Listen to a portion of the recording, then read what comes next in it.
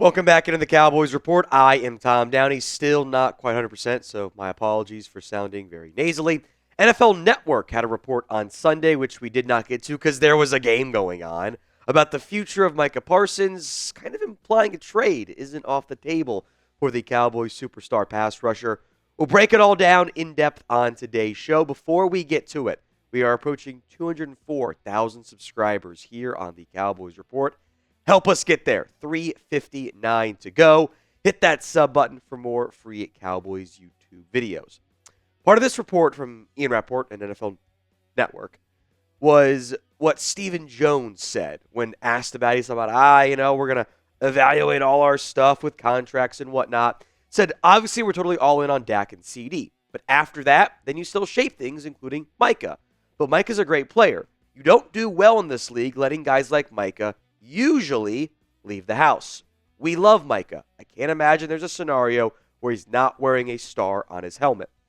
I will say this. I think the quotes from Steven relative to the headline and what Rapoport wrote in the article weren't as inflammatory, controversial, whatever phrase you want to use there. What I think is this. This is the start of the long, drawn-out, unnecessarily extra of the Micah Parsons contract conversation. We've seen this story before, right? It took the Cowboys literal years to pay Dak Prescott. Both times, frankly. The Cowboys dragged their feet on the CeeDee Lamb contract and ended up paying him exactly what we all thought it was going to be when he was first eligible for a deal, basically. Here's my prediction. Whatever the Cowboys do, they drag this out till August. If I could put the over-under on a Micah Parsons deal getting done, it wouldn't even be day one of training camp. Now, what is most noteworthy to me is Micah had made some comments to Todd Archer previously about how I just want to be a Cowboy. I'll take less almost. That tone and tenor changed after the game, after I'm sure Micah saw those quotes. So we'll come to that here in a little bit. But first, do you think the Cowboys will end up extending Micah Parsons? It is the pinned comment on today's show. So if the ad comes here on YouTube, let me know. Why for yes and for no, go vote at the pinned comment.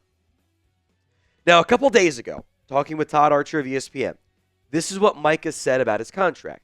I'm Jerry's guy. I think it will be quite, I know it's easier said than done because I'm not at the table, but that's my guy. We talk about it and how much we appreciate each side, but I know numbers talk. Man, at the end of the day, whatever it takes for me to just continue to be a Cowboy until I retire, that is what I want. And I know it's going to be hard conversations, reality checks, but I think I'm a good enough caliber player to be here. I think he's still at times highest paid. Then we say we don't have weapons, we don't have this. So would I rather just be in the best situation? At that point, I don't know if there's a big difference between $30 million and $40 million in my eyes, And that's just me talking. My agent might be mad at me that I even said that. But, for me, we've already been blessed enough where I can't complain too much in my life. Now, I know Jerry Jones, Stephen Jones love seeing those quotes. Like, oh, man, we can finally get a player to take less. We can finally sell all the benefits that come with having a star on your helmet stuff that most players and most agents don't go for. What is noteworthy is Micah Parsons' agent is David Mulgeta. You might know that name. He's really good at his job, which means the ownership group does not like him because he's good at his job, right? Constant battle. Mulgeta gets his guys paid at the top of the market. It's not always the prettiest process, but he has pretty consistently got his guys massive contracts that are often record-setting or at the top of the market relative to their position and their play. Now, I think at times, Steven and Jerry don't always see eye to eye on contracts. One of them is much more willing to spend than the other. That's Jerry. And Steven is more of the penny pincher, so to speak. What is noteworthy to me is the change in tone from Micah when asked about that report after the game on Sunday. Said, I understand how that business side goes. There are no hard feelings in this business whether I'm here or anywhere else. I've stated that I want to be here. At the end of the day, I understand the business side. I've put in a lot of work, and I've played hard too. So obviously, if sides can't agree to those types of things, it just happens like that. But I'm just happy to be here. I'm going to keep playing hard while I'm here. If I'm here the next 5 to 6 years, I'm going to keep playing hard then too. Ain't nothing going to make a difference. Micah's going to play hard. Different tone. The third person stuff is whatever. That is almost maybe an agent-guided tone. Like, not even – we go from I just want to be here for the rest of my career to if I'm here 5 to 6 years, okay. Very different tones and timbres and everything. Look, the Cowboys don't often win these deals. They often don't make the good offer early on. They drag their feet. It goes for months. They eventually cave at the last second and pay more than what they could have paid previously. That is something you have to consider. Now, we'll spend more time on this here in just a second, but today's show is made possible by Z Biotics. It is pre-alcohol. It is the world's first genetically engineered probiotic. It was invented by PhD scientists to tackle rough mornings after drinking. When you drink, alcohol gets converted into a toxic byproduct in the gut. It is this byproduct, not dehydration, that's to blame for your rough next day. The Z-Biotics pre-alcohol produces an enzyme to break this byproduct down.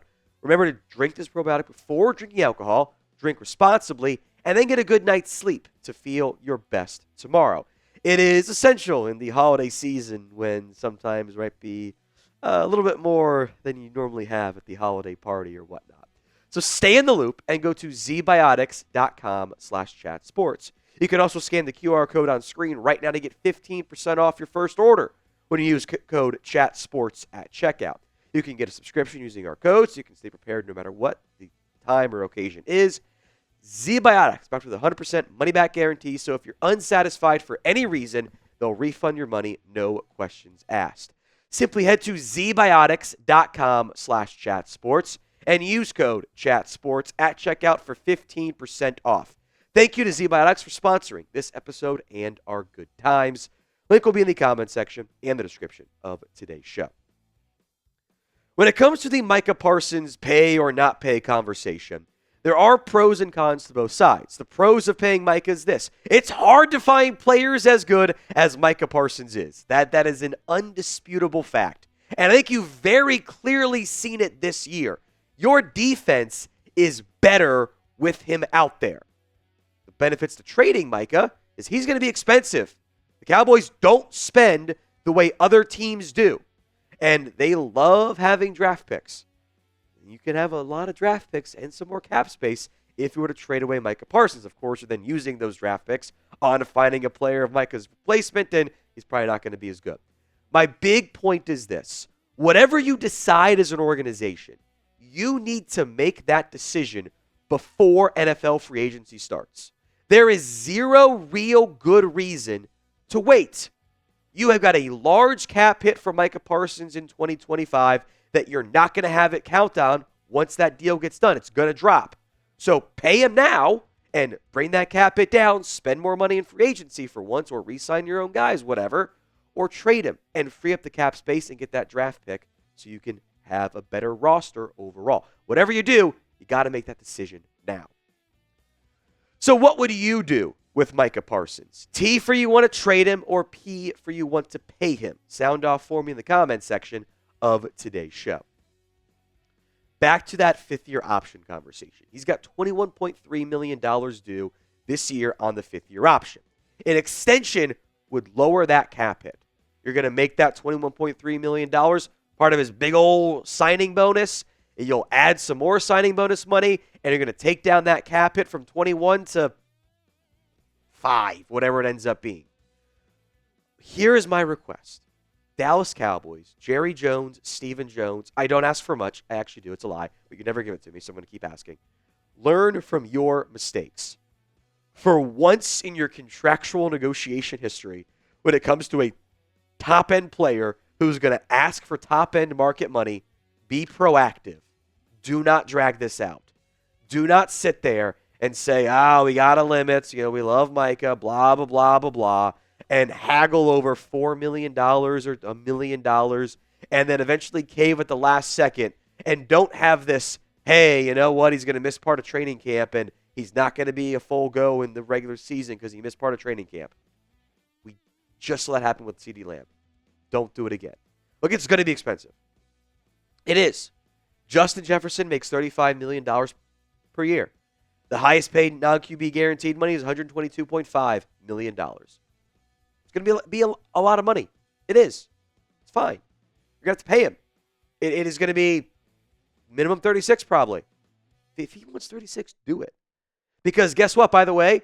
Myles Garrett's due for a new deal soon. Jamar Chase is going to be on this list. Max Crosby is due to be on this list again. So if you be proactive, if you can make Micah Parsons the highest paid player in NFL history in February, by the time June, July, August, September roll around, we're not going to be number one anymore. And you save money in the end. And I don't want to, the Cowboys love to tell you how challenging their salary cap situation is. And, oh, woe is me. We have to pay all these players because we drafted well, but they want to get paid like good players do. And, oh, it's so hard on us. But they don't spend money like other teams do. And these salary cap lies that Stephen Jones is going to feed to you are just that. They are lies. They've got around $20 million in cap space right now. It can free up 36 with the Dak Prescott restructure, which was built into the contract. $20 million with CeeDee Lamb. You can save 15-ish by extending Micah. Maybe you want to restructure Diggs. His deal's guaranteed. You might as well do it. You can restructure or cut Terrence Steele. Restructure or cut your safeties. You can get to $100 million with these. Even if you don't get to 100, it should be 60. It should be 70 before you start re-signing guys. And that's not going to take up all 60 or 70. You can better maximize your win now window by extending Micah earlier. Will they do it? I don't have faith in this front office, unfortunately. So what is the most you'd pay Micah Parsons per year? It's going to be a lot. You can let me know in the comments section of today's show. The reason why it's a lot is because he's really freaking good at his job. Micah Parsons once again on pace for a double-digit sack season, despite missing a good chunk of time. He's got multiple games with 2 sacks. He's up there with Hall of Famers with the number of sacks he's had to begin his career. He's up there with Hall of Famers in the number of double-digit sack games. Frankly, since he's come back from injury, I have actually been very impressed with the way Micah Parsons has played. And not just played, but frankly led too. Everyone made the comment we wanted to see better leadership from Micah Parsons. I think we've seen that. You know, he's made all the right public comments about not giving up on this season, supporting his guys publicly. I think it's actually been good.